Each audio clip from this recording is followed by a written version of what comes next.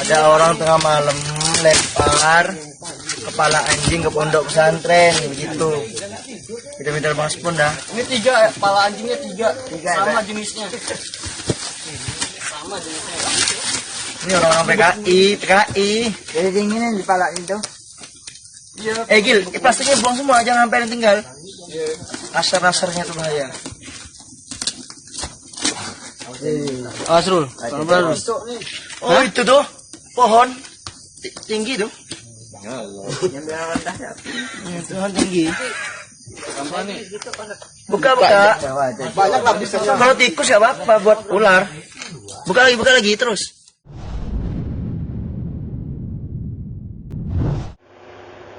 Assalamualaikum warahmatullahi wabarakatuh. Apa kabar sobat sekalian? Semoga baik-baik saja. Jumpa lagi di channel Rahmat Romdoni. Kali ini kita akan membahas berita yang panas dan masih panas diberitakan, yaitu tentang lagi-lagi ya, tentang berita Habib Bahar bin Smith ya, pesantrennya itu diteror dengan dilempar 3 kepala anjing ya di pesantrennya ya. Ini masih terkait kasus yang dilaporkan oleh Husain Shihab yang melaporkan dia melakukan ujaran kebencian terhadap ceramah yang mengkritik Dudung Abdurrahman.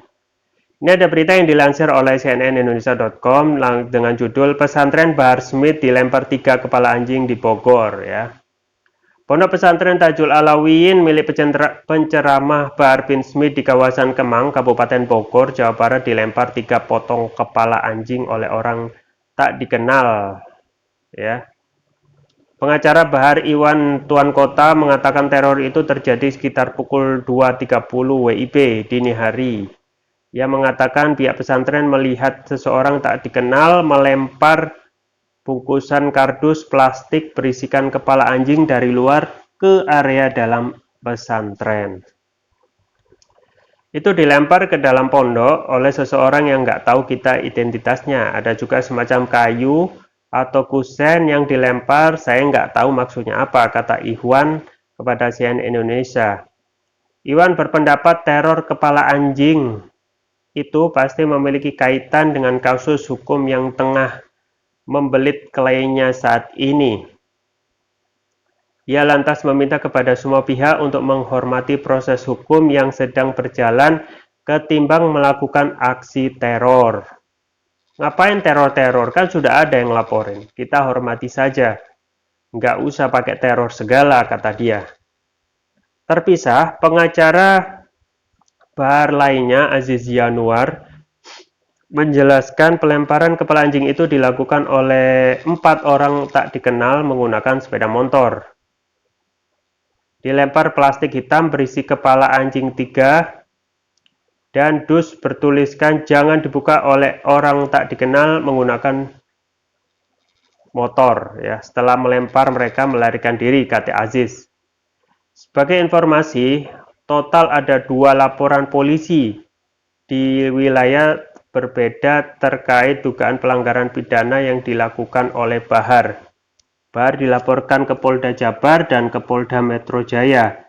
Ia dilaporkan seseorang bernama Tubagus pada 17 Desember lalu ke Polda Metro Jaya. Dalam melaporkan Bahar, ia didampingi Ketua Cyber Indonesia Husain Shihab. Sementara laporan ke Polda Jabar, Bahar dilaporkan atas dugaan ujaran kebencian dalam sebuah ceramah di Cimahi, Jawa Barat pada Senin 3 Januari 2021. Ya, ya itu ya berita yang kurang beradab ya. Apa yang bisa saya sampaikan ya, pertama memang ini sudah di luar dari kepatutan ya. Ini adalah hal-hal yang seharusnya ya polisi itu harus bergerak cepat ya.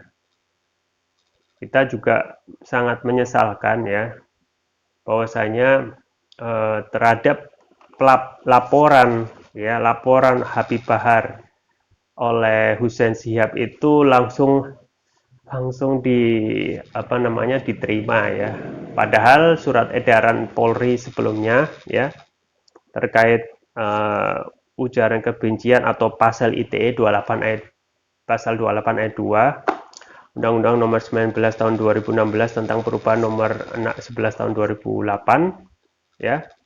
Surat edaran polisi jelas ya, ketika yang mengkritik ya itu tidak menerima laporan ketika yang melapor itu bukan yang terkait gitu. Dalam ini tentu saja jelas bahwasanya Habib Bahar bin Smith dalam posisinya sebagai ulama ya, pemilik pondok pesantren di kawasan Kemang ya, Tajul Alawiyin, itu fungsinya adalah sebagai ulama meluruskan apa yang tidak lurus ya. Dalam ini komentar dari Jenderal Dudung Abdurrahman gitu ya. Dan saya juga menyesalkan bahwasanya surat edaran Kapolri itu jelas bahwasanya harus ada perbedaan antara kritik ya, masukan atau kebencian ya. Coba kalau kita melihat ceramah utuh dari Habib Bahar bin Smith itu, kalau kita merujuk pada pasal 28 ayat 2 ya tentang kebencian ya yang berdasarkan usyara, kebencian yang mana, ujaran kebencian yang mana gitu. Justru itu pernah dibalas oleh Habib Bahar ya, kebencian memang kebencian, tetapi kebencian terhadap kedoliman ya, kebencian terhadap ketidakadilan gitu ya. Nah itu memang wajar kalau kita melihat hal yang kezoliman ya seperti itu ya, kita harus benci, kita harus melawan ya. Itu yang semua dari dulu hingga sekarang itulah yang dijadikan tugas ulama ya. Tugas ulama itu adalah amar ma'ruf nahi mungkar ya. Kan hadisnya jelas bahwasanya man ra'a minkum munkaron fal yu'ayyiru biyadi ya. Kalau siapa saja yang melihat kemungkaran hendaklah ia melawan dengan tangannya ya. Fa'ilam yastatik fabi lisanihi, kalau tidak bisa dengan lisannya, fa'ilam yastatik fabi qalbihi, kalau tidak bisa dengan hatinya, wadhalika ata'ful iman, dan itu ada selama-lama iman gitu. Ya memang ketika kita ya mendapatkan ada kezaliman ya sebisa mungkin kita lakukan untuk menolak ataupun mencegah kemungkaran itu ya. Apapun yang apa yang ada di depan mata ya, justru kalau dalam agama kalau kita diam saja justru kita akan kena azab oleh Allah ya, karena akan dimintai oleh pertanggungjawaban Allah Subhanahu wa taala, kenapa kita diam saja gitu. Dan seharusnya dalam hal ini yang bersyukur ya, yang bersyukur terima kasih adalah pemerintah gitu. Pemerintah itu harusnya bersyukur terhadap para ulama yang keras terhadap kemungkaran ya, karena ini sebenarnya justru tugas DPR ya. DPR yang jumlahnya 575 dibayar oleh rakyat itu harusnya melakukan fungsi-fungsi, diantaranya adalah kontrol ya, kontrol terhadap pemerintah, pengawasan ya, kemudian selain budgeting ya. Kalau diam saja hanya duduk enak sih, lebih baik nggak usah dibayar ya. Justru kita harus berterima kasih kepada para ulama terutama seperti Habib Bahar bin Smith. Kalau tidak diingatkan, kalau tidak ada yang mencegah ya kemungkaran, kalau tidak ada aksi seperti untuk melawan kemungkaran ya, akan ada lagi kemungkaran-kemungkaran yang lain, karena di negeri ini sudah melegalkan ya pelanggaran agama ya. Kalau kita melihat mengingat kasus Ahok yang kasusnya berjilid-jilid ya, itu hanya baru bisa ditangkap setelah umat Islam bersatu ya, jutaan umat Islam bersatu dalam aksi 212. Coba buktikan, saking susahnya Indonesia negeri ini itu untuk menerapkan keadilan gitu. Dan kalau kita melihat ya penistaan agama di negeri ini itu seakan ya pada rezim ini saja ya, pada rezim ini saja itu diberi angin segar gitu, angin segar ya, diberikan keleluasaan ya. Kalau kita melihat apa yang dilakukan penistaan agama yang jelas-jelas oleh para buzzer RP ini, justru malah dimentahkan ya. Ya sebut saja ya, saya tidak menyebut, Anda bisa menyebut siapa saja yang sering melakukan penistaan yang namanya abu-abu itu, dan teman-temannya itu sampai sekarang ketika sudah berkali-kali dilaporkan tidak ada pemanggilan ya, apalagi SPDP ya. Tetapi untuk kasus yang berkaitan dengan para ulama ya, para penyeru keadilan, itu kasusnya cepat banget ya. Khusus untuk kasus Habib Bahar bin Smith itu justru yang baru dilaporkan 17 Desember itu jumlah saksi yang sudah diperiksa sudah hampir 30-an lebih. Coba 2 minggu ya. Berarti satu hari bisa sampai 1 sampai 2 orang gitu. Dan apa namanya, pengacara Habib Bahar ya, Aziz Yanuar ini terkesan ada apa namanya, terlalu dipaksakan gitu, terlalu cepat gitu ya. Jarang sekali ada kasus seperti ini yang langsung ditangani ya.